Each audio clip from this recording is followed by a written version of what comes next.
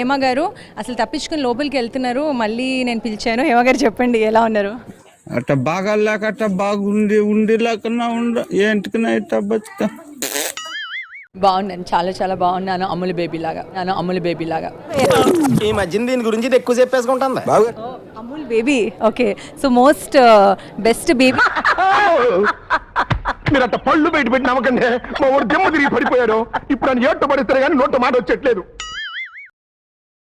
Drugs తీసుకోవడం తప్పే, ఎవరినైనా చెప్పు తీసి కొట్టాల్సిందే. డ్రగ్స్ తీసుకున్నావా?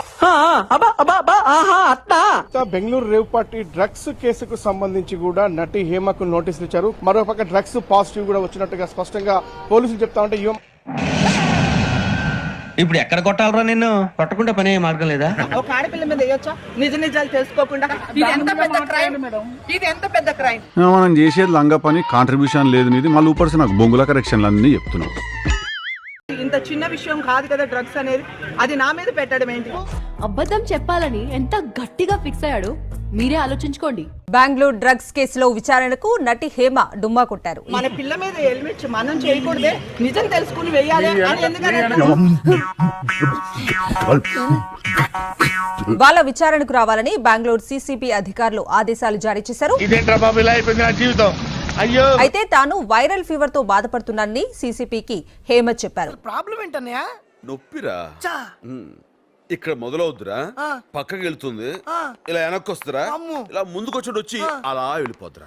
కానీ హేమ లేఖను పరిగణలోకి తీసుకుని అధికారులు ఆమెకు మరోసారి నోటీసులు జారీ చేసేందుకు సిద్ధమవుతున్నారు. నాకు మా ఇల్లు గుర్తొస్తుంది, నేను ఇక్కడ ఉండలేను బాబు, హోమ్ సిక్. కానీ సిసిబి అధికారులు మాత్రం మరొకసారి నోటీసులు జారీ చేస్తారా, లేదంటే నేరుగా హైదరాబాద్ కు వచ్చి ఆమెను విచారిస్తారా అనే అంశానికి సంబంధించి క్లారిటీ రావాల్సి ఉంది. 2 రోజులు నేనే వస్తా బయటికి, నేనే చెప్తాను, అందరి పని చెప్తాను.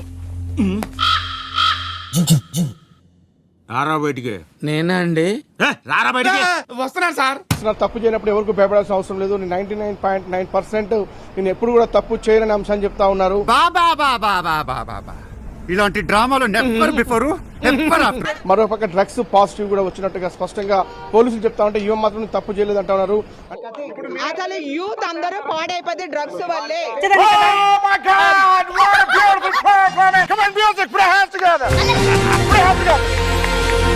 అంటే తీవ్రవాదులు, ఉగ్రవాదులు ఇలాంటి పనులు చేసే వాళ్ళందరూ ఉంటారు. ఇదంతా అదే కోవకు చెందినట్టుగా అవుతుంది. ఎందుకంటే డ్రగ్స్ అనగానే మనం అదే తీసుకుంటాం.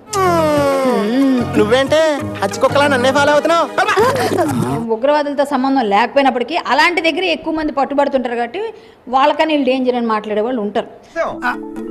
ఎక్కడో కొడుతుంది సీనా. Flash back. అంటే వాడి దగ్గర బెల్ట్ బాంబ్ ఉంది, ఒక ఏరియా మాత్రమే చచ్చిపోతారు.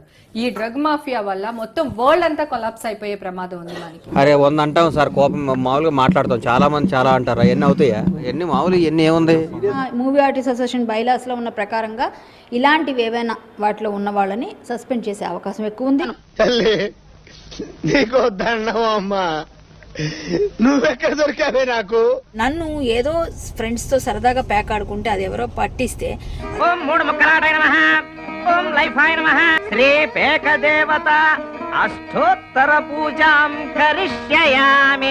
అదేదో పెద్ద నేరంలాగా పేకాడావు, నువ్వు పేకాడావు, కరాటేకి వెళ్ళాడు అని మాట్లాడిన హేమక్క ఈ రోజు నువ్వేం చేసావు? పోలీసులు నీకు ఖచ్చితంగా పనిష్మెంట్ ఇస్తారు.